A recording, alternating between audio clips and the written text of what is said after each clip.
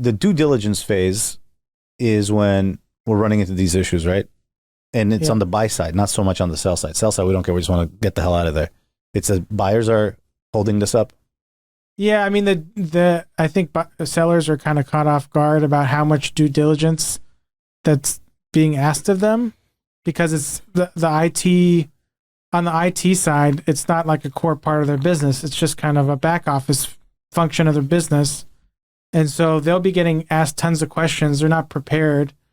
And they usually have some professional or some IT company helping them, but they don't really understand what they're doing and what standards they're following.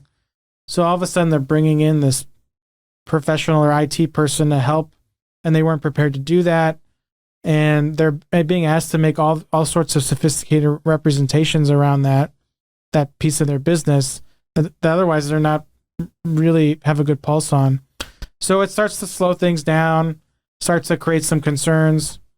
And most of the deals I've done, things kind of get worked out, but you also learn about things aren't going all the way that they should.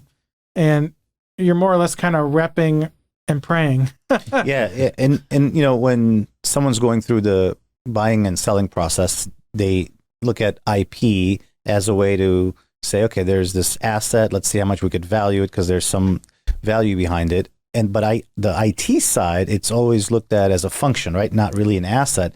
But what we're finding out is in these M&A transactions, it's becoming a bigger deal where people are asking questions, doing some due diligence on it. So if we could bifurcate this, Marcus, talk about IP, and then we could talk about the IT side. So let's start on the IP side.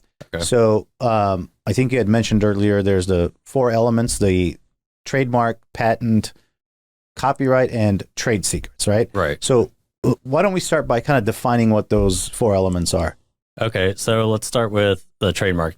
Every business has a trademark. It's just your brand and anything that can be considered what we call a source identifier, which basically identifies a product or service as you being the source. And you automatically get some of these rights, so you don't actually have to have a lawyer involved. Of course, you get more rights, but it's just once you use a brand, you start to generate common law trademark rights. And then moving on to patents, that's generally speaking like inventions, and you actually have to proactively go and file a document with the U.S. Patent and Trademark Office and acquire it that way. So you have to take steps to get that right.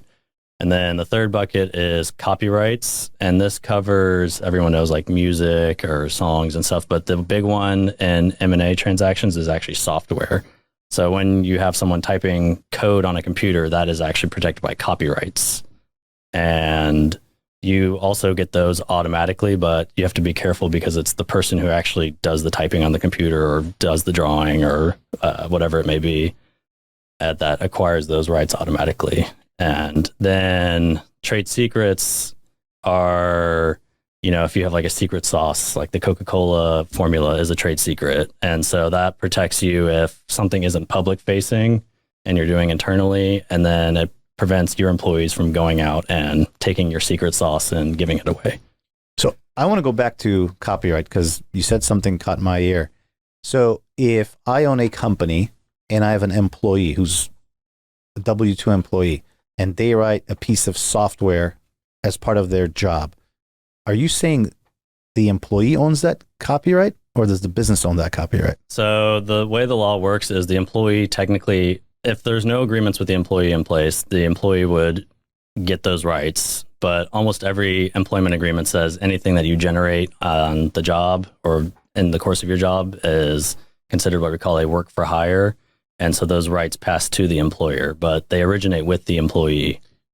Okay, so they originate with the employee unless there's an employment agreement, but absent an employment agreement, and Jack, I think we've talked about this on previous shows, make sure you have an employment agreement.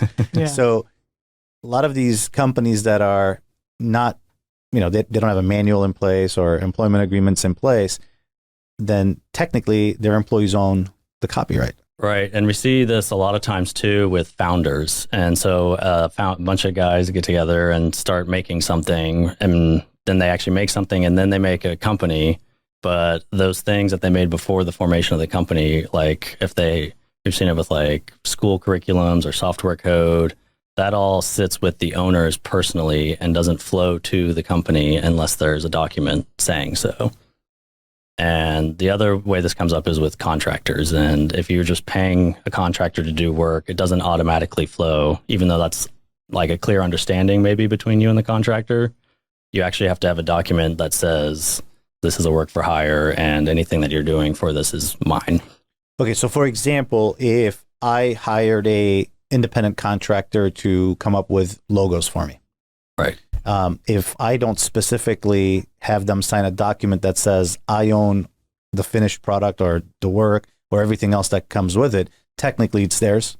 Correct. Yeah, and you might have like an implied license, but you don't own it, and so then they can go out and do stuff with that logo that's you have no control over.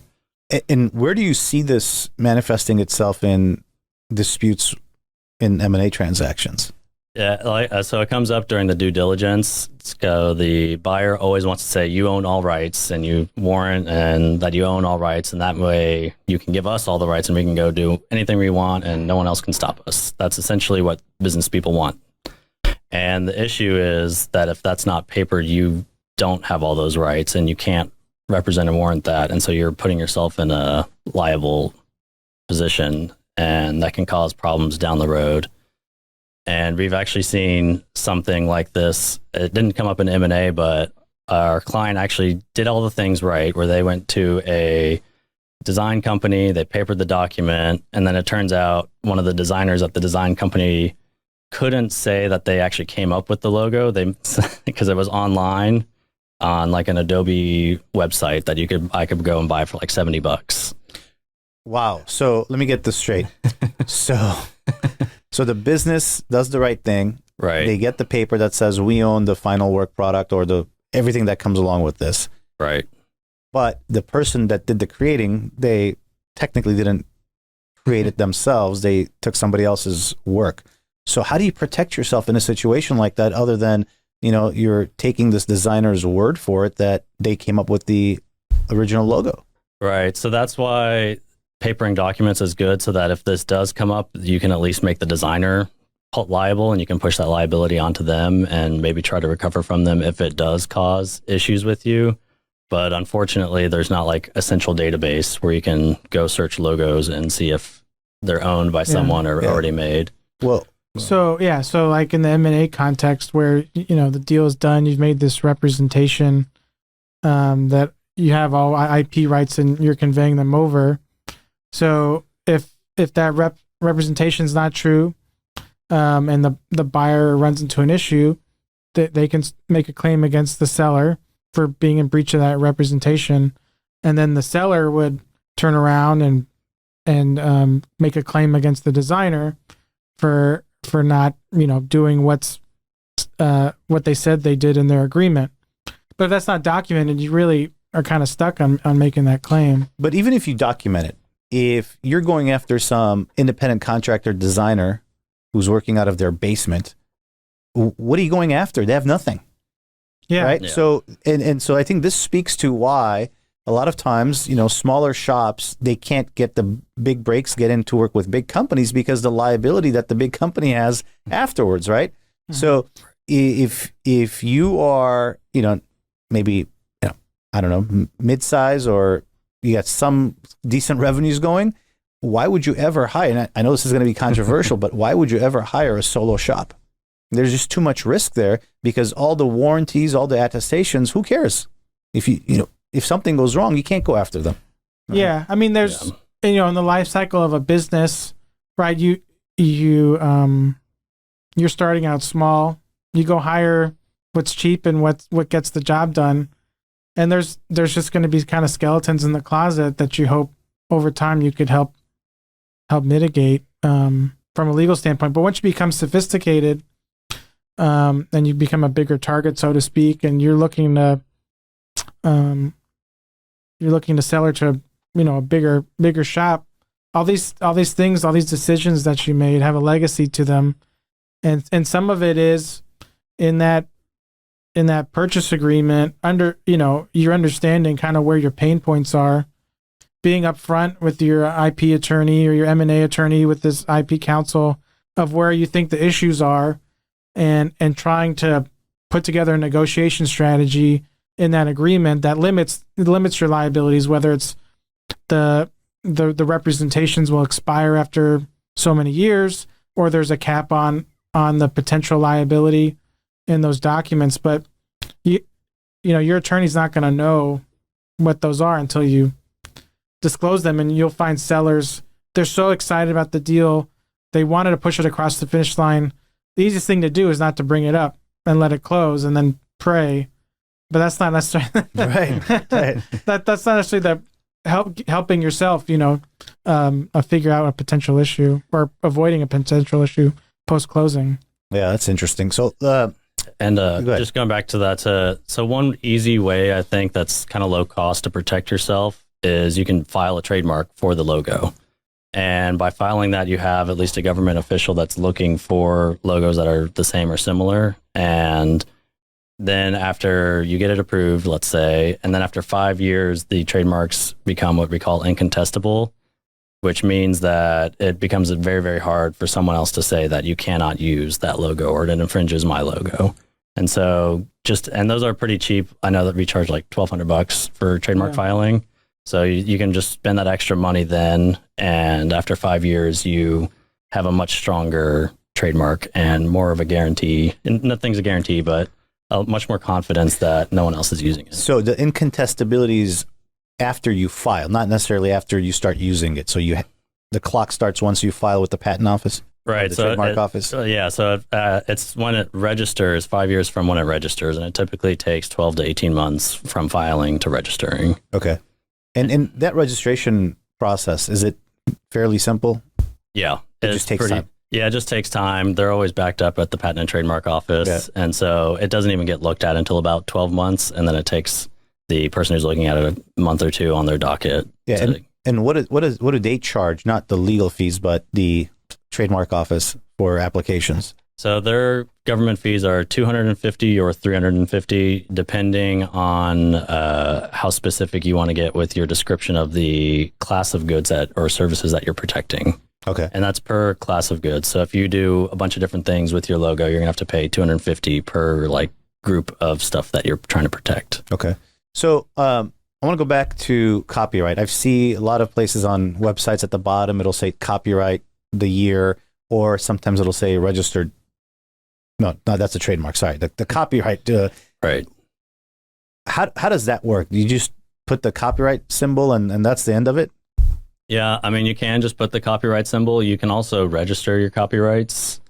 And if you're doing something that's like a copyright heavy business and you think that people will try to rip it off, it's extremely advantageous to do that because upon registering it, you get access to statutory damages and copyrights. And so if you file it, say you find out someone's stealing your stuff, and to actually file a case, you have to have a registered copyright anyways to get jurisdiction. So you go and file it. You don't get statutory damages because they haven't violated the registered copyright at that point. How do you know if someone's work is registered, the copyright? You just have to kind of know, and you can look it up. The Copyright Office, which is under the Library of Congress. Okay. So it's a different branch of government from the Patent and Trademark Office, or different agency. Yeah. They have an online database. It's okay. It's kind of hard to use, but you can search on there. Okay. And when people put the year of the copy, or it'll say something like copyright 2023, are you supposed to update that every year, or is that what you're signaling there is the original date of the copyright? What is that all about? That's just the date when you modified it or added something or changed it. So it's like a new version, and then you can put the new date because then that version is technically protected at that date. Why is that important? I mean, wouldn't you want to get the copyright as far back as possible? People like to do that just to show that it's up to date. And so you might have like a previous version that's also protected, but if you have like a public facing thing, you often want to just have, like for websites, it's always the newest one, because that website that you have, if it's updated, it wasn't protected in 2022 because you just updated it. So you have to then put 2023 because that's the current version. So as a rule of thumb, as I'm creating software or forget the trade secrets, but a trademark or a copyright, what's the rule of thumb here as far as making sure that I, as you called it, papering it and protecting myself? What should the process look like? Yeah. So for trademarks, a lot of people don't like to file it because you get some rights automatically, but we always highly recommend it because it's relatively inexpensive. It's one of the cheapest ways to get more legal rights, I think. And then you also get someone to search for you and to see if there's anybody else out there that's using it for similar goods and services. So as you grow, you kind of know if you're going to bump into others or not. And then it also gives you more nationwide rights is the other thing, because common law rights are just kind of the area that you're actually working in, whereas a federally registered mark is nationwide.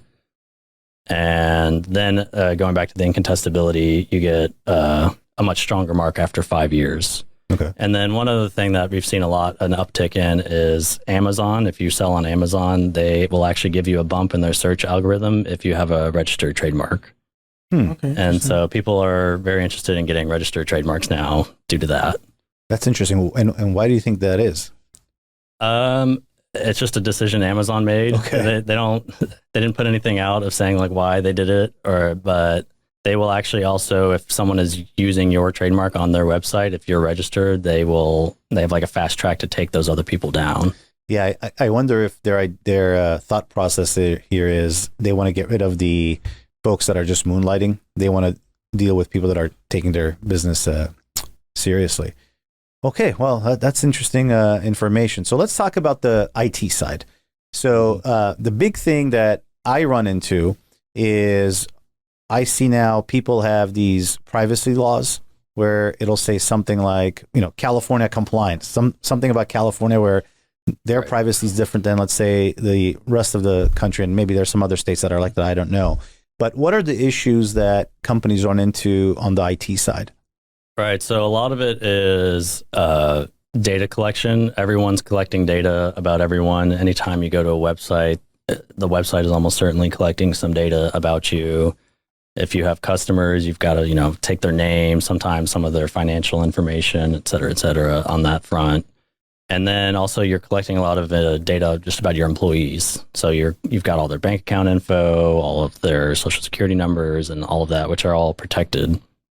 And so there's just a litany of laws, and then they're different from state to state about how you're supposed to protect the data, how you're supposed to inform people what you're doing with their data, and then also what you have to do if someone wants to not have their data collected or not have their data sold. And so you referenced the California law, which is called the CCPA, and that has actually been adopted by a number of states in similar formats throughout the country. And Texas actually passed one this year, and it comes into effect July 1, 2024. That's more of a general data privacy law that's pretty close to the California one. And what's the gist of it? What makes it different than what was in the past?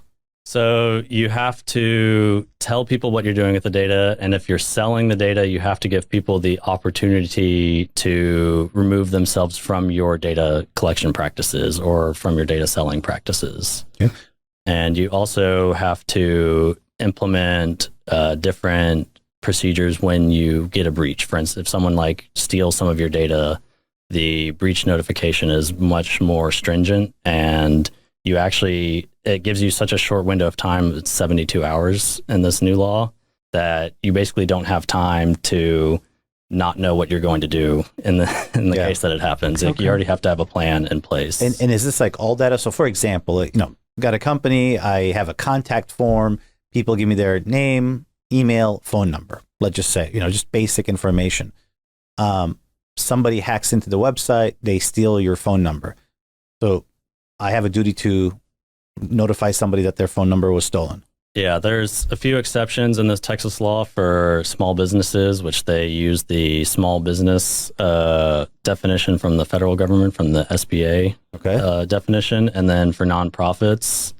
But essentially everyone else is covered under this law. Okay. What about when a website has trackers, right? So analytics trackers and things like that. Do you have to have permissions to use trackers? Yes, but it's very easy to do if you have a privacy policy in place, Okay. and you just have to make sure your privacy policy matches like what you're actually doing. And so if you're getting a privacy policy for your website, which everyone should have at this point, you really need to have someone ask your technical people what's going on. Where is the data being stored? What data are you collecting? And how is that data moving around within your business and in particular outside of your business? Yeah, it's something that Marcus and his team have kind of educated me on as this has become bigger and bigger issue over the last decade is every business in some shape or form collects data. And we have to kind of come to the acceptance that that's the case. You have customer data, you have employee data, have certain things about them that they know, and that all that data is subject to certain legal regimes that you have to have people in your organization understand and aware of and managing appropriately. And so every time we come down this path, I'm always, whether it's working with Marcus or whoever on his team, is have you thought about how this company, how our client is collecting and managing its data? And it's kind of like, oh yeah, we need to understand that. And for a lot of companies, it's just an afterthought. Yeah, of course I have a list of my customers and who they are and their information. It's like, that's the bread and butter of my business. Well, it's subject to these types of legal regimes that we've been talking about. Yeah. Good. I'm sorry. Oh, yeah. And just a lot of people don't even realize that their business runs on data, even when it does. So we've run into companies that grow and contract with seasons. And so they have to have like a bunch of software about, well, okay, we just like basically tripled in size for the season and then managing that. And so they were like, oh, well, we're just building things like we don't have any IP or anything, but actually they do because they had to have like custom HR software to account for this constant expanding and contracting of their workforce. Yeah, like, in my line of work, I have to have a data security policy and it's got to be updated. And I have to have certain things that I do, how I back up things, where I store it. So it's regulated. But for a lot of businesses, they're not mandated to have this data security policy. So the first time they're figuring this out is maybe when they're going to sell the company or they're buying a company. And so we talked about, when you have employees, to make sure you have an employee handbook. So when you're setting up a business and it's a, growing enterprise, you don't want to be papering things for trademark and IP. And I'm assuming the same thing goes with IT and data security and all that. So who do they go to? Do they go to an IP attorney or is an IT attorney? Who handles this? Yeah, on the IT side, it's really difficult right now because it's such a, I would say, young area of law that it hasn't really established itself on the law firm side. So typically you would say it's a privacy lawyer, but a lot of those privacy lawyers are more geared towards, the Fortune 500 type companies, because that's where traditionally the work has actually been available and the compliance for multinational companies. And so now that all these states are passing laws in the US, it's actually become, I would say, like a gap in the legal field's profession and their experience, just that nobody is really geared towards helping smaller companies build up their practice as they grow. Yeah. Let's transition into, the hottest thing right now in the world of IT and IP, and that's artificial intelligence, AI. We see a lot of people using AI from sending, recrafting their emails to asking AI to write code. And I saw somewhere the other day, now they could take this image and take this diagram and really simplify it using AI.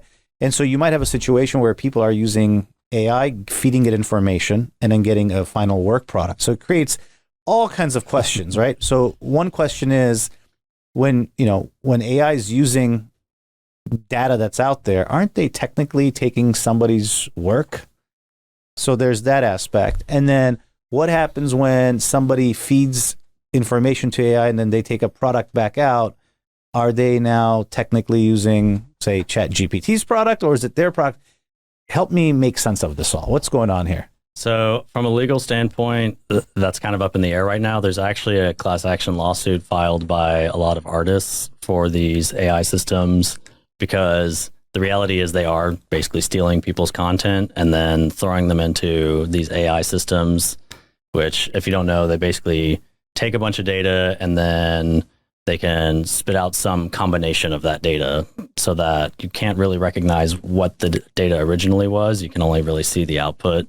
And even people that really know it, they call it a black box because you don't really know. Stuff comes in, stuff comes out. You don't know what happens in between. So it's kind of like Three Little Pigs and Hansel and Gretel and all the nursery rhymes or nursery stories. They put it together and like a new one is born, and it's not really clear how that it took all those different features and created a new story. Exactly, yeah. And so when you scale that up to stealing, or not stealing, but pulling in a bunch of data from thousands of sources, not any one of those sources can point to anything that comes out and says that's close to mine. And so from an IP perspective, it's very difficult for these people to establish that aspect. And unless they go through a lawsuit and discovery, it's going to be impossible to pull that out unless you get their internal documents. And then the other concern is when you said like you're putting in something, your data to get like an output. The issue there is, well, now like for instance, ChatGPT has that data. So you have to be very careful about what you're giving away and making sure that it's not something you're comfortable like posting online essentially, because that's kind of what's happening. Yeah, they clearly say do not give sensitive information, right? So in that case, who owns that material now? If you're using ChatGPT, you're feeding it some things, but then you're also using the knowledge that ChatGPT has, and you got this product that comes out. And I'll give you an example. So you want to write a piece of code in PHP. I'm just making this up. And you tell ChatGPT, hey, I want you to do, this is the way I want it to function, and it spits out the code. Who owns that code? Right now, it's legally questionable, but all the cases are moving toward no one owns that code, and that the Patent and Trademark Office and all the other government agencies are trying to argue that anything created by AI is not eligible for IP protection of any kind. And how would they know that? That's difficult to know sometimes. That's the reality is there's stiff penalties for lying to these government agencies. So there's a large incentive to not lie. Right. But if someone were to lie, say about something coming out of ChatGPT, how could you really prove it? It would be pretty hard for anyone to come back and say, oh, no, you didn't make that. ChatGPT did that. And speaking of the patent office, one of the knocks on them that I used to hear years ago was they rubber stamp everything. It's really too easy to get a trademark. Is that still the case? So just to clarify some of the language there, the Patent and Trademark Office does grant patents and trademarks, but the one that you're referring to is the patent side, where someone comes up with like a new technological innovation and you get a monopoly on that in exchange for telling everyone else how to do it. Yeah, I recall an IP, this was like many years ago, this friend of mine, he was like, I was able to get a door patent as a security device, and it was just kind of like, it's like, wow, that's really, that's awesome for him. What a great advocate, but it's like, that doesn't make much sense. I know I'm kind of using an extreme example, but yeah. Sorry, go ahead. Yeah. So I think going back to what you're saying with the rubber stamping, there's been kind of two issues that have come up over time with the Patent and Trademark Office. And one was in like the 90s, was that with this new innovation of software was like a big new thing that no one really knew anything about. And the Patent and Trademark Office, being a government agency, is slow to react. And so they were slow to get enough subject matter experts hired that actually understood software. And so a lot of outside counsel and inventors who knew a lot about software were able to get a lot of stuff through due to the Patent Office's inexperience in that area. And because those things last 20 years, in the past 10 years, we're still experiencing the effects of that.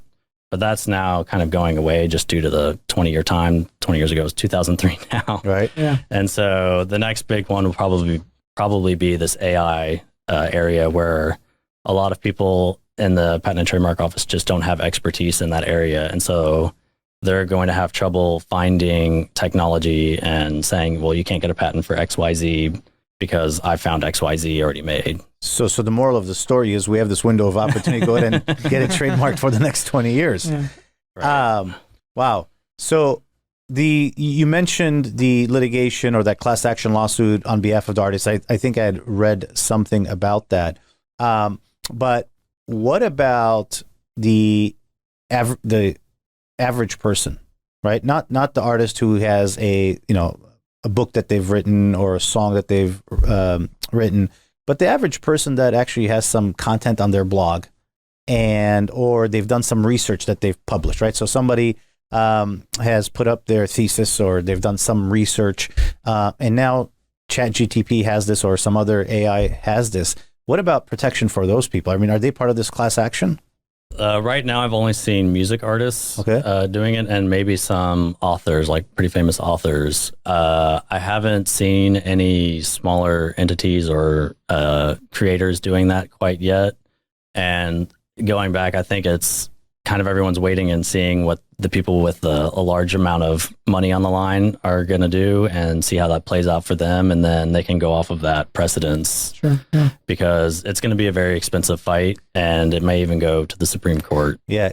You might be a little too young for this, but I was talking to somebody who's closer to my age about where we are with AI, and they said, we are at the Napster stage. I don't know if you remember Napster. You probably don't. Yeah, I do. You know Napster? Okay. He said, we're at the Napster stage. And if you recall back then what Napster did, people were downloading music and it was a free for all, even though it was illegal. But then the music companies were like, well, we can't stop it. And so I'm wondering if that's where this is headed, where it's so easy to get information back and forth. How do you police such a big movement of data? So it's going to be interesting to see how this plays out. So we talked about data collection. But what about data usage? Where do people get in trouble with using the data in a way that they're not supposed to? Yeah, it really comes down to violating your own privacy policy is where people get in trouble, for smaller businesses at least. So that's why you really need to make sure that the technical people in your company, whether they be inside or third-party contractor, IT people, they are involved with whoever's creating the privacy policy so that it is accurate. And bigger companies get in trouble for all sorts of things. Yeah. I mean, we've seen a very large uptick in enforcement on the federal level, and they're going after the really big, the Facebooks, and the big one lately was Epic Games with Fortnite. I'm sure everyone has heard of that. They were collecting children's data in a way that they weren't supposed to, and so they got hit with a very large fine. And it was a 270 million, I think. So not insignificant even to a company of that size. But did any of the money make it back to the kids? That's where that money. I think they got some free skins out of the game. Yeah. What about so in this is what I've seen. Middle market companies, they rely heavily on their IT contractors to support them. Right. And that's a pretty mature market now. Gone are the days my nephew is really into computers. Let's hire him on. I'm not completely gone, but because and they kind of start to figure it out as it goes. Are there certain aspects of an IT contractor where, a middle market company should be kind of honed in on about what service they're providing for you, and trying to understand to make sure that this contractor is providing the level of support and legal compliance that a company that might not even be in the technical space needs. Right. So the two biggest things I would say are disaster recovery and cybersecurity. And disaster recovery is basically if something goes wrong, what do you do? So like say your hard drive for your server fails, and or if there's an internet outage and you lose some data for a little while, what do you do? And that's what disaster recovery is. And then cybersecurity is how do you stop other people from coming into your system and just taking that data away from you? Mhm. And so for disaster recovery, the main things are just backup and what is the other one? Data retention. So then you want to make sure that you have a plan in place and have what we call SLAs in the business, service level agreements, of like companies say, well, if your thing goes down, we can bring it back up within X number of hours or days. And that's very, very important, because if something happens on that end, the average time that you lose access to that data is 15 to 16 days. So just imagine if you couldn't use your hard drive for 15 to 16 days, what would your business be able to do? And the answer, for most people, the answer is you wouldn't be able to do business. Right. And you would be scrambling to what you had on paper to call your customers and say, hey, sorry, we're having some problems. Give us some time. Yeah. And, and this is in my kind of limited experience helping clients with those types of agreements. And maybe this isn't the case anymore, but I've seen those service agreements being some of the more complicated service agreements that a company gets into with a service provider. And many of the IT contractors have language that highly limits their liability, even though there might be a fundamental part of how you do business. They'll take the position that they're not responsible if things don't go the way they should, and the amount of liability is capped to a certain dollar amount that's kind of irrespective or arbitrary compared to the amount of damages you could suffer. And it's a lot of contracts that mostly if you have a good service provider and they're doing their job and they're trying their best, maybe that provision never becomes an issue. But service levels change as ownership changes or different people get hired into companies, and that provision where it says, the maximum damages we'll have is only 2 times what you paid me this year. I mean, that could be a pretty tough pill to swallow when you realize that this company wasn't doing what they said they were going to do. Well, that's why you got to make sure you buy some cybersecurity coverage on your insurance policy, right? Because at the end of the day, aren't all contracts, I mean, with a service provider like that, they probably had their attorneys drafted and the company's just saying, okay, I'll sign it, but they're not really having an attorney go through. Most small companies, at least, are not having people go through and read this. But I would say, that's something they, at least for, I mean, it's so easy to kind of get a contract and sign it because you're moving on or, click the button on the computer. But this particular industry and area is such an important aspect of business now. You have to treat it like that now. It's not just an afterthought anymore. Yeah. Companies. I mean, there's this proliferation of IT consulting companies, right? They're everywhere because if you're a middle market company, you're too big for the nephew to come in and work, but you probably don't want to invest in having your own internal team just it's cost prohibitive. So you use these IT consulting companies, and I think it goes back to what I said earlier. If you hire that logo designer that's a solo person from their basement, they could promise you the world, but good luck going after them. And even if you do go after them, they might not have anything for you to recover. So it's buyer beware here. And so I think the takeaway that I'm taking from this is, you can't make IP and IT an afterthought. There's just so much at stake here. Not just from when you go to sell the company, but the liabilities that come there. Plus, you're relying on these service providers. You don't want to be in a situation where you get burned to learn your lesson.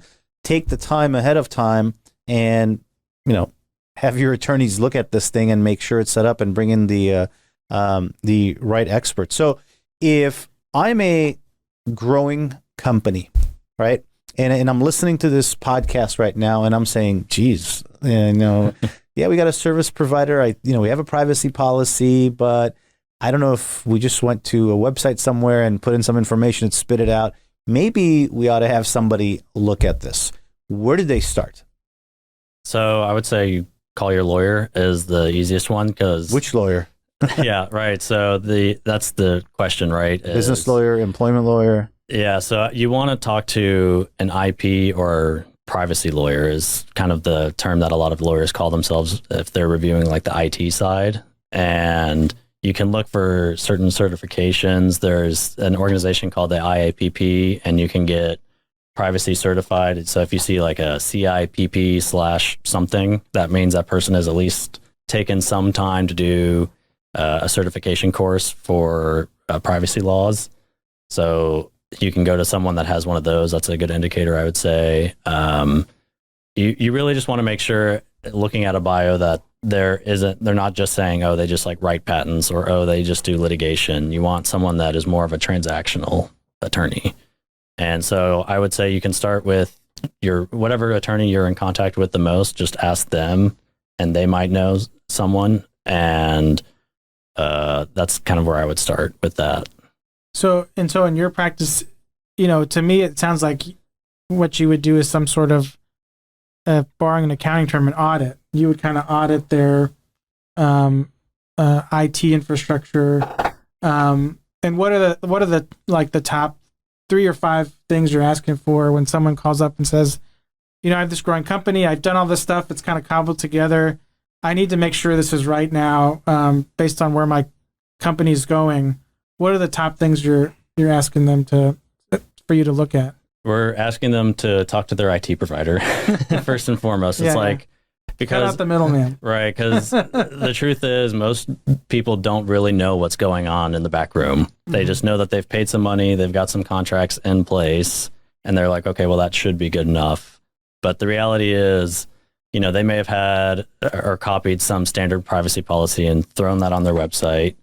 And then that may not match what they're actually doing on the back end in their servers and data collection. And then their IT guy doesn't really know how to read privacy policies or like what those even are. And so he's not going and saying, oh, well, this needs to match, because it's not right now.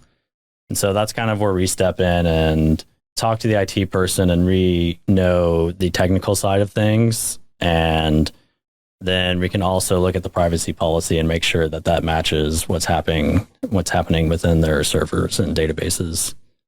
And it is an audit. We go in and make sure that everything is going correctly, it's following the laws. And it sounds like a lot, but it only takes us, even if we have to draft a new privacy policy, it might take like less than 10 hours of time. So 5 to 10 hours is probably the pretty normal amount of time to do that. And when the risk is, you might get hit by a big fine, or you might have a business outage, which is the big one, the big risk. And that's 15 days of not having access to your data. That is, I would say, a very large risk. Yeah. And for most companies, you might miss payroll due to that, and which is a whole nother can of worms. Or just reputational risk. I mean, all of a sudden you can't service your customers. Like they're going to move on, right? You can't trust these guys. Yeah. So. Right. And then the other thing on that is making sure that you have some cybersecurity training in place, which is not a lawyer thing. So, because the biggest risk on cybersecurity side is people. And the way most people get into computer systems is not that they're like some hacker sitting in their mom's basement or something. They're actually just, calling up someone and saying, hey, I'm with blah, blah, blah, blah, blah that you use, and I need to access your system to do something. And then the person's like, oh, okay, let me just give you my login details and let you take care of me.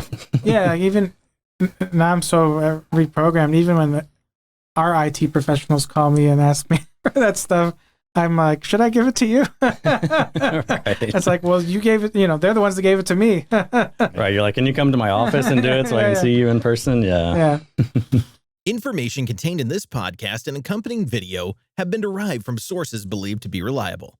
This content is not guaranteed as to its accuracy and does not purport to be a complete analysis of the topics discussed. Analysis is based on assumptions that may not come to pass. None of the content should be construed as legal or investment advice. You should consult with a qualified professional before implementing any strategies discussed. All expressions of opinion reflect the judgment of the speakers on the date the video was recorded and are subject to change.